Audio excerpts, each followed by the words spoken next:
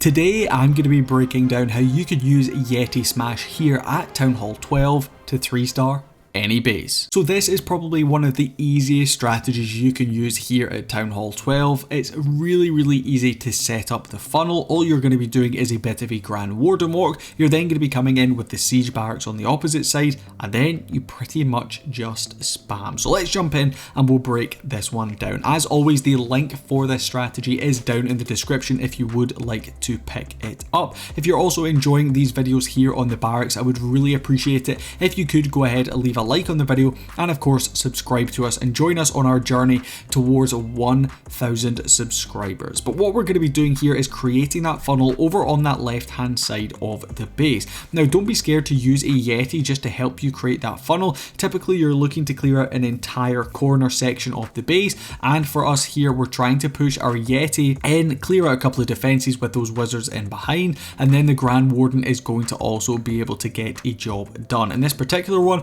we're going to let that Grand Warden walk go on for a decent chunk of time. That is so he can push all the way in here and deal with that multi-target Inferno. As soon as that's going down, we're then get going with the next portion of our attack, which is going to be the funnel up on that top section of the base. We're luring over our Grand Warden with the remaining Yetis, and of course with all of those bowlers. The balloons that are going to be coming in are to test for any seeking air mines to just try and protect our healers as we progress through into the base.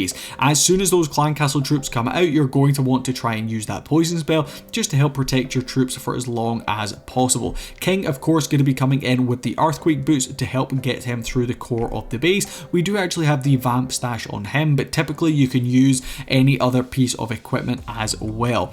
Rage spells, you're going to have plenty of them, so don't be scared to use them as you progress through into the core of the base. The jump spell is going to be used on the back end to give you access into some of those final compartments. Typically they are going to be where there is either Inferno Towers, the Town Hall, Expo, something like that. So in general you're probably going to want to bring that jump spell. Unfortunately for us in this one, all of our troops did end up walking around this right hand side of the base. Maybe we didn't quite fully set up that funnel with the siege barracks, but regardless we're still going to be able to push on through this one. We're actually going to rage up the healers to protect this one Yeti pushing through onto the town hall. It pretty much alone is going to be able to take care of that. Queen pretty much swagging her ability. We do have the giant arrow as well, but this one is going to be a 3-star. Very nice way to start off this video, and we can jump in and take a look at the next example. So this time we are got a pretty spread out base. It's a lot of defenses all over the shop, but on this one we're trying to get maximum value from our Grand Warden. So we're potentially looking for him to even push in here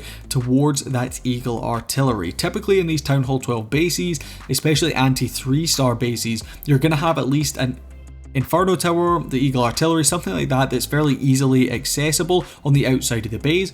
Of course, if you're trophy pushing or coming up against war bases that are more anti-2-star bases with all of these core defenses in the center, you can still use this strategy. It's still very effective, but at the start with the Grand Warden walk, of course, you're not going to be able to get him into the core, so you're probably just looking to try and take down one section of the base just to help create that funnel to push the rest of your troops in. The siege barracks, of course, going to be coming in from this bottom section of the base. Unfortunately, it is going to be pushing straight into a multi-target Inferno, which for us isn't ideal because that multi is going to take down those wizards before they are really getting any value. Regardless though, we're going to keep on pushing through. The Yetis coming out of that siege barracks should hopefully be able to clear out that bottom section of the base, just helping to keep the rest of our troops nice and funneled. We get a little bit of an unfortunate split off right here, and our king is going to the outside of the base. The jump spell, however, used to give us access through into the core, doing a grand old job right there. Should be able to take down the second multi-target Inferno with the help of those Yetis and of course those bowlers. Like I said in the previous one, don't be scared to use those spells. You'll see we have plenty of rage spells continuously coming down in the core. We did use that poison spell, of course, for the clan castle troops as well. King has now made his progress up to that top section of the base. Remember, with his ability, you're going to be able to open up multiple wall sections, so typically I like to try and time it, so as soon as you get into a compartment where you're going to be able to open up all those wall sections, you can go ahead and pop off his ability. The spiky ball is another great piece of equipment you can bring alongside the earthquake boots, but if you don't have access to it, the vamp stash or even just the rage gem is a great option as well. Queen with her ability continuing to push on through. Sometimes with the queen ability, I do actually like to pop it off a little bit early, especially when you're bringing in the healer puppet. The giant arrow is then of course going to get more value because it's hitting more buildings early on in the attack, whereas if you save the queen ability to this stage in the attack, the giant arrow is going to take down maybe 1 or 2 buildings, and typically you're not going to quite get the value you are looking for from it.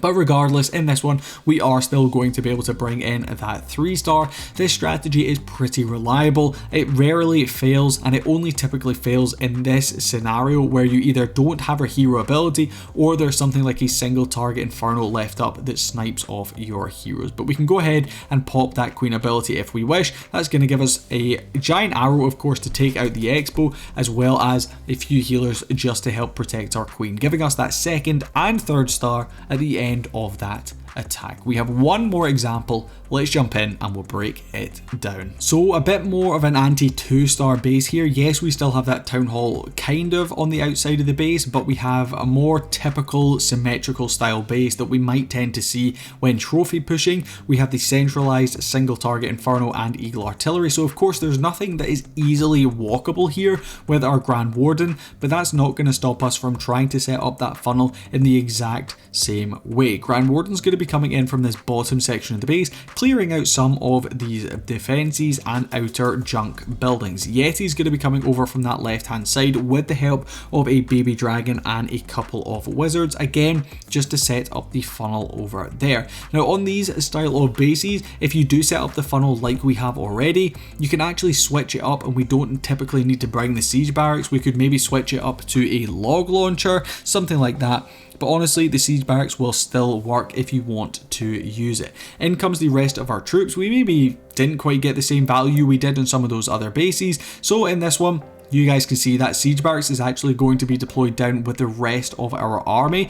Typically when we do use the siege barracks, that is to help create a funnel, but on this one we created the funnel really easily at the start with the grand warden on one side and the yeti and baby dragon on the other. That means now that the double pekkas from the siege barracks, or single pekka at this town hall, with the help of those wizards, can actually just join forces here in the core of the base and help just to add their DPS. Don't forget about that king ability. That can be used to give you access through into some of these remaining defenses, including of course the all important town hall. King's ability though, not going to be much good for us when he is on the outside of the base, so it looks like it's going to be up to our troops to beat through the wall on this one and try and push in towards that town hall 12.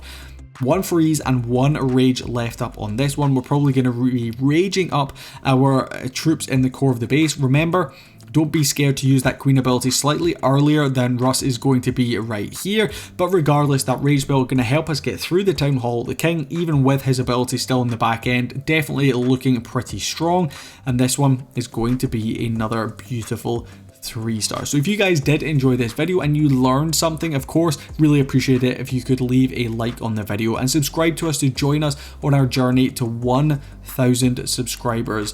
It's been really fun creating this channel and sharing so many unique strategies across all of the different town hall ranges. So of course, if you have any strategies, suggestions, let me know it down in the comments below. I would love to hear them. I'd also love to know what town hall you are. If you're interested, we do actually have a clan of our own called the Barracks. We are currently undefeated in war. We have got a nice little win streak going, so if you're interested in joining, you are more than welcome to do so. But what a lovely way to finish off this video with a triple, and I'll catch you guys in the next one.